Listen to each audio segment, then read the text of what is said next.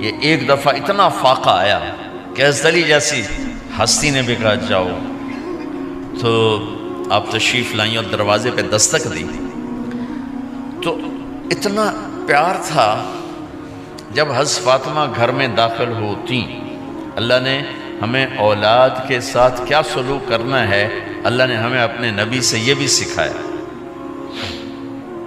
حضرت فاطمہ جب بھی گھر میں آتی، اور ساتھ ہی تو گھر تھا، دیوار سے دیوار ملی تھی، روز کا آنا جانا تھا، تو میرے نبی بیٹھے نہیں رہتے تھے، آؤ فاطمہ کیا حال ہے، کھڑے ہو جاتے اور تیزی سے آگے بڑھتے، دروازے پر ہی حضرت فاطمہ کا ہاتھ پکڑ لیتے، ہاتھ کا بوسہ لیتے، بوسہ لے کر ہاتھ پکڑے پکڑے بیٹی کو چارپائی پہ پہلے بٹھاتے، اس کے بعد خود بیٹھتے تھے۔ اکرموا اولادکم، میرے نبی نے کہا اولاد کو عزت دو، پھر وہ تمہیں عزت دیں گے۔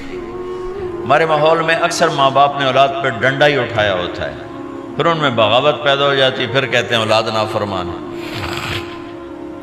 آپ نے دستک دی تو کہنے لگے یہ تو فاطمہ کی دستک ہے، خیر تو ہے، پہلے تو کبھی اس وقت میں آئی نہیں۔ تو آپ نے ام ایمن سے کہا دروازہ کھولو۔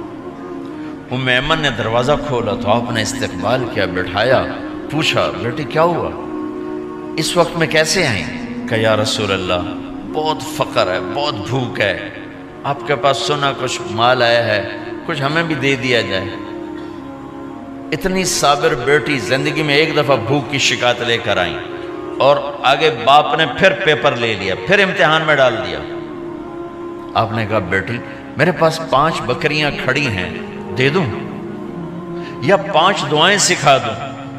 یہ بھی کوئی کتنا سخت موقع تھا، کتنا سخت موقع ہے کہ صبر کا پہاڑ بیٹی اتنی مجبور ہو کر آتی ہیں کہ یا رسول اللہ برا حال۔ تو میرے نبی کہتے بیٹی یہ بکریاں بھی لے جا، دعائیں بھی لے جا، دونوں جمع کر دیتے، یا دعائیں بعد میں سکھا دیتے، بکریاں دیتے، ایک تو دے دیتے، پر امت کے غریبوں کو تسلی دینی تھی، چونکہ امت میں اکثر طبقہ غریب ہوگا۔ تو آپ نے کہا بیٹی 5 بکریاں دوں یا 5 دعائیں دوں؟ تو وہ سمجھ گئیں اپنے باپ کے مزاج کو کہ ابا جان امتحان لے رہے ہیں، تو کہا ابا جان بکریاں چھوڑ دیں، مجھے دعائیں سکھا دیں، مجھے بکریاں نہیں چاہیے۔ بھوکے کی رات بھی گزر جاتی ہے اور بھوکے کا دن بھی ڈوب جاتا ہے۔ تو آپ کا چہرہ ایسے کھل گیا کہ میری بیٹی پاس ہو گئی۔ کہا بیٹی آپ تم دعا میں یہ کہا کرو یا اول الاولین یا آخر الاخرین یا ذا القوة المتین یا راحم المساکین یا ارحم الراحمین، یہ تیرے لیے 5 بکریوں سے اعلیٰ چیز۔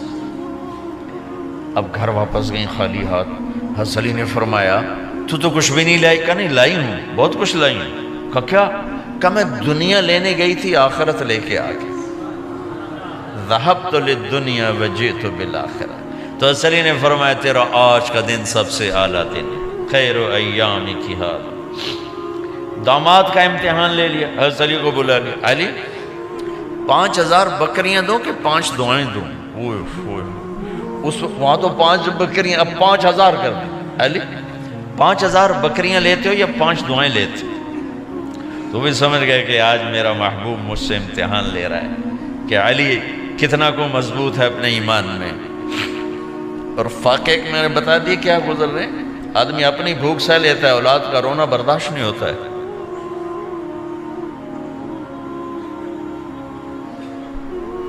علی 5 دعائیں دوں کہ 5000 بکریاں؟ حضرت علی نے عرض کی یا رسول اللہ دعائیں سکھا دیں، بکریاں نہیں چاہیے۔ میرے نبی کا چہرہ کھل گیا کہ میرا داماد بھی پاس ہو گیا۔ علی تو یہ دعا مانگا کر روزانہ، اللہم اغفر لی ذنبی ووسع لی خلقی وبارک لی فی رزقی وقنعنی بما رزقتنی ولا تذهب قلبی الی شیء صرفتہ عنی۔ یہ 5 دعائیں تو مانگا کر، 5000 بکریوں سے زیادہ ہے۔ اللہم اغفر لی ذنبی، اللہ میرا گناہ معاف کر، وسع لی خلقی، میرے اخلاق عالی شان کر، بارک لی فی رزقی، میرے رزق میں برکت دے، قنعنی بما رزقتنی، مجھے لالچ سے نکال دے، مجھے لالچی نہ بنا، مجھے حریص نہ بنا، وَلَا تُذْهِبْ قَلْبِي إِلَىٰ شَيْءٍ صَرَفْتَهُ عَنِّي، جو تو نے مجھے دیا نہیں اس کی میرے اندر سے طلب بھی ختم کر دے، مجھے اس کا طلبگار بھی نہ بنا کہ یہ 5000 بکریوں سے زیادہ ہے۔ میں نے تھوڑا سا اپنے نبی کے گھر کا نقشہ آپ کو بتایا ہے کہ یہ چند دن صبر کی دنیا ہے، اللہ راضی ہو گیا تو موت سب سے خوبصورت پیغام۔